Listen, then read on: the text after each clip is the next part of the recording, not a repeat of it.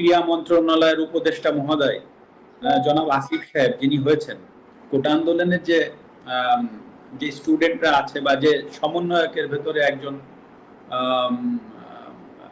ক্রীড়া মন্ত্রণালয়ের উপদেষ্টা মহোদয় জনাব আসিফ সাহেব যিনি হয়েছেন, আপনি দেখবেন উনি কিন্তু খেলাধুলা নিয়ে এখন থেকে উনি কাজ করবেন, বাংলাদেশের সার্বিক খেলাধুলার বিষয়গুলো নিয়ে কাজ করবেন।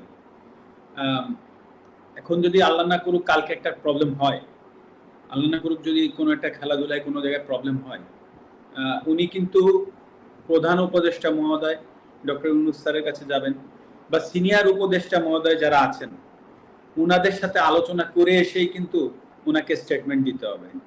ইটস ভেরি সিম্পল, কারণ উনি একটা দায়িত্বশীল জায়গায় আছেন। তো হুট করেই একটা সমস্যার সমাধান উনি একা কিন্তু এসে এই আপনাদের সামনে মানে প্রেসের সামনে হুট করে বলে ফেলতে পারবে না। তো দায়িত্বশীল জায়গাগুলো কিন্তু অনেক কিছু চিন্তা করে কথা বলতে হয়।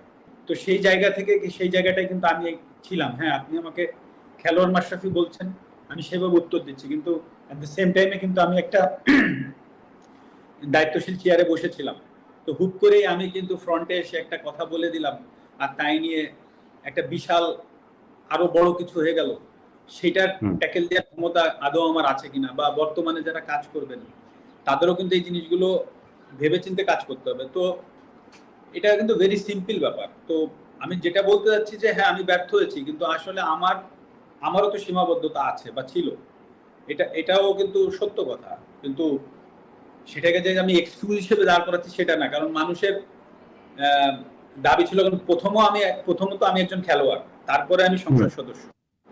আমি খেলোয়াড় থেকে আমার পরিচয় মাশরাফি না হলে আমি অবশ্যই ওই সংসদ সদস্যে আমার যে ডাক নাম ছিল, আমার নড়াইলের মানুষ চিন্ত কৌশিক নামে, সেই নামে আমি নিশ্চয়ই সংসদ সদস্য হইতে পারতাম না।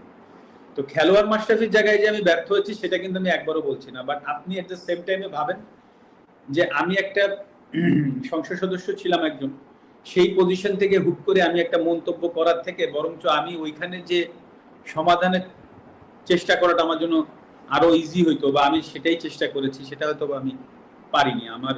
সেটাই আমার